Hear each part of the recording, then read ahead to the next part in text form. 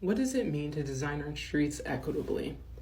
We went and walked along Clark Lane in northeastern Columbia, a road infamous for sidewalks that abruptly end, high car travel speeds, and overall poorly designed bike and pedestrian infrastructure. Over 25,000 people live off or near Clark Lane, 15% of folks being people of color, 22% living below the poverty level, and 5% of people who walk, bike, or take the bus.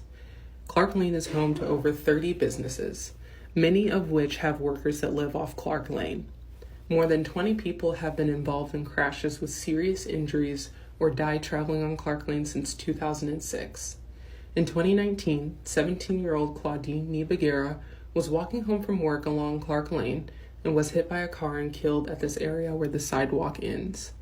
Clark Lane has not gotten the safe and accessible walking, biking, and bus infrastructure that it deserves. Instead, we prioritize street design projects like this one, extending Discovery Pkwy in southern Columbia, a project costing over $8 million.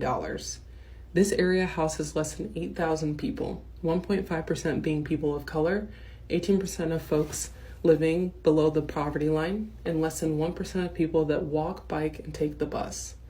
There are 3 businesses in this area.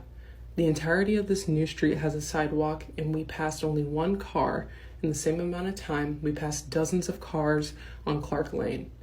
We need to prioritize streets like Clark Lane that continually get ignored. That is why we started our CoMo Livable Streets Campaign.